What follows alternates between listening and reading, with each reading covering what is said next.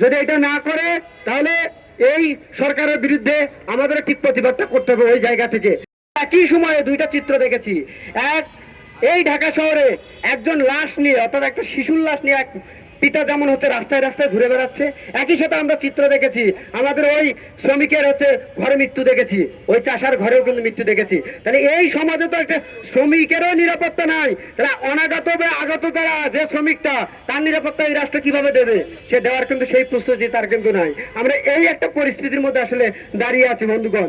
একই সাথে আমরা দেখলাম এই যে 58 জেলাব্যাপী যে মহামারীর সংকট তৈরি হয়ে গেছে, আমাদের শাসক গোষ্ঠী অর্থাৎ বিএনপি সরকারের কানে কোনো বাতাস লাগতেছে না, সে কোনো জরুরি অবস্থা ঘোষণা করতেছে না, এবং এর পরিপ্রেক্ষিতে কোনো প্রকার ব্যবস্থা সে গ্রহণ করতেছে না।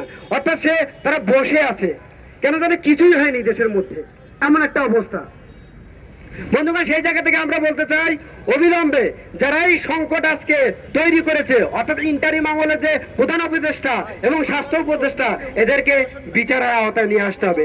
একই সাথে অবিলম্বে এই রাষ্ট্রের মধ্যে জরুরি অবস্থা ঘোষণা করতে হবে, এবং একই সাথে যারা যারা শনাক্ত হয়েছে, যারা যারা হামে আক্রান্ত হয়েছে, অবিলম্বে তার ব্যবস্থা গ্রহণ করতে হবে, এবং একই সাথে যাতে এইটা অপর মানুষের মধ্যে ছড়িয়ে না যায় তার জন্য ব্যবস্থা গ্রহণ করতে হবে।